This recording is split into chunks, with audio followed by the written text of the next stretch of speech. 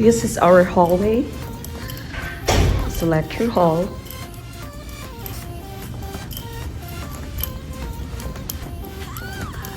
It's all dark right now. There's no one in here yet.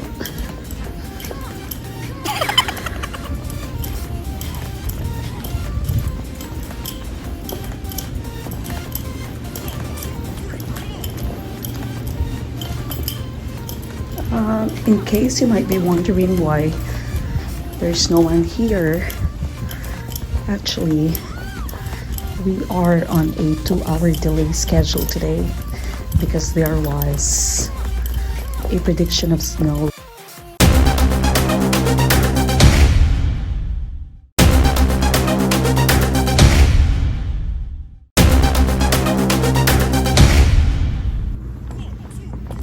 It's the new door.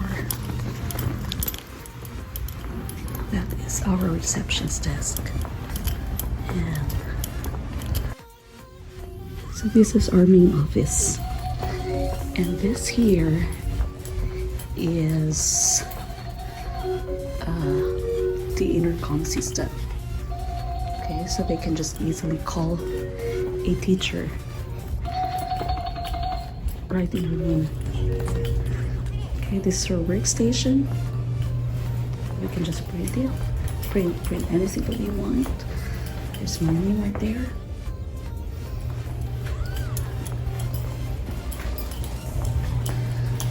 Okay, and this is the teacher's lounge.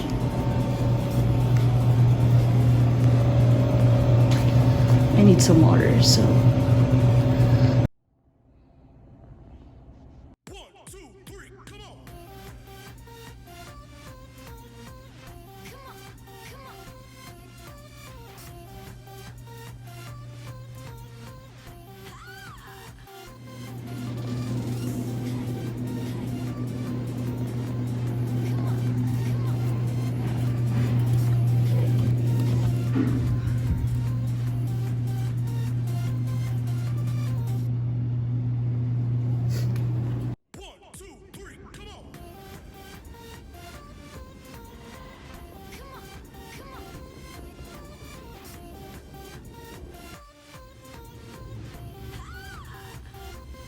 Okay, I will walk you through my classroom now.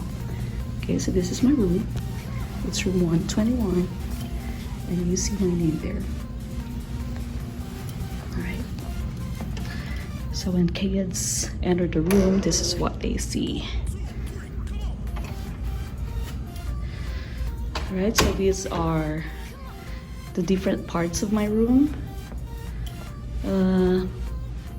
And I try to go over everything at the end or at the beginning of each semester. Okay, so as you can see here, I have my students' log. So if you can see, my students would write their name and then they place a reason of why they need to go out of my room. So they need to place a timeout, the time they stepped out of the room, and the time that they went back in. Okay, so I have a classroom log for my first block, my third block, and my fourth block. I don't have a second block. My second block is my planning period. Okay, so here are the hall passes that I have. I have one for the boys' restroom. I have one for the girls' restroom, the nurse's office.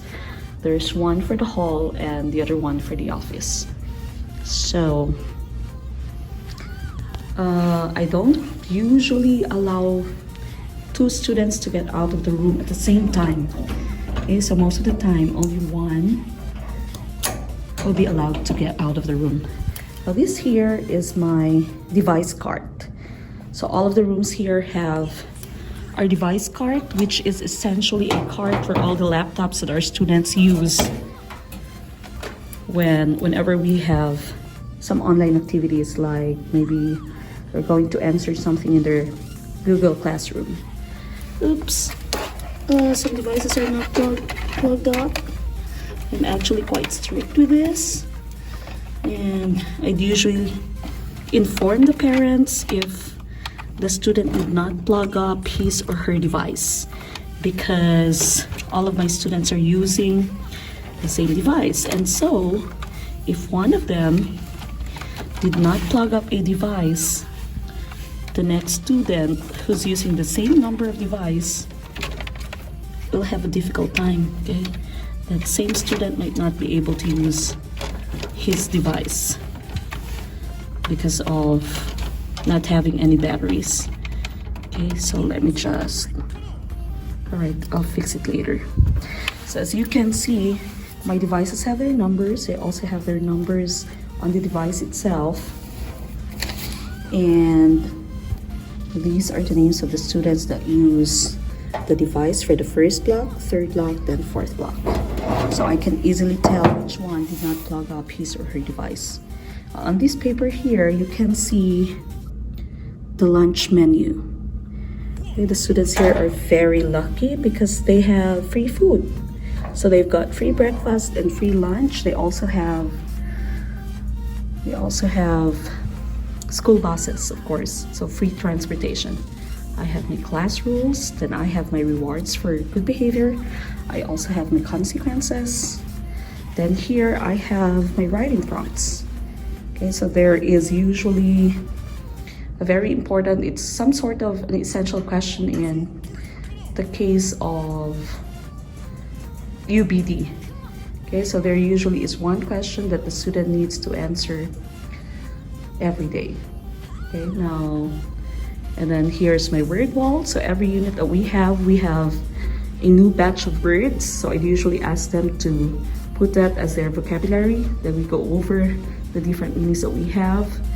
So these are the topics that we're studying right now, because I'm teaching physical science and it's a combination of physics and chemistry.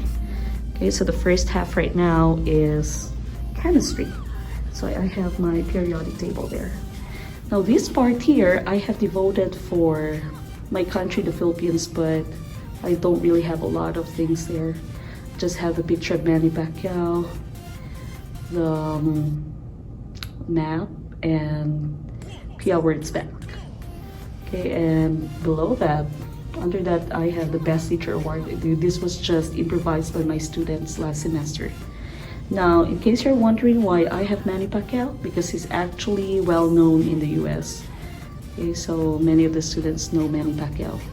Now, this here is my display of outstanding work. Okay, so these are some notable work by my students. Okay, so right now we've only had 2 units so far. They have their posters for lab rules, and then they have scientific method posters and all those things. Some of my students can actually draw really well.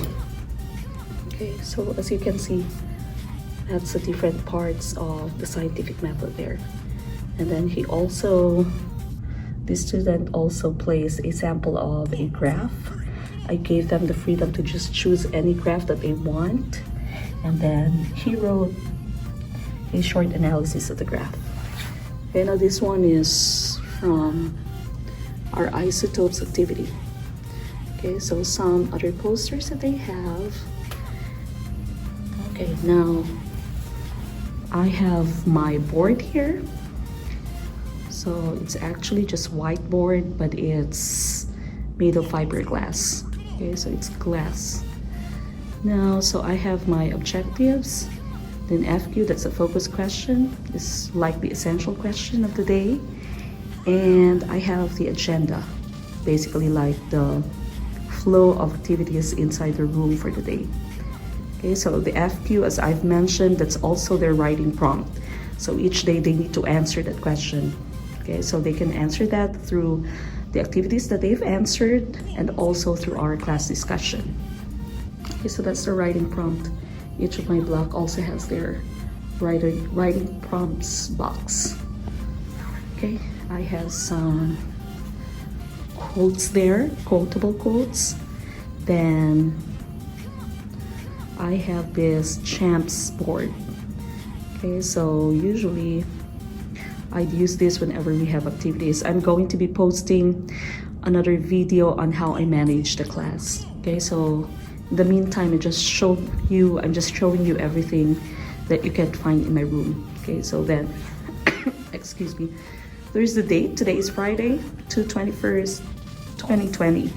I am actually not the one who writes that. There is one student who takes care of that every day. This here is my screen, my monitor. It is attached to my laptop, and that they usually just use a PowerPoint presentation, no, Google Slides, whenever I have my class. I'll be showing you how it looks like next time. Okay, now this is my teacher's corner, but I don't usually stay here. I stay at that table there because I usually check papers when my students are answering some things.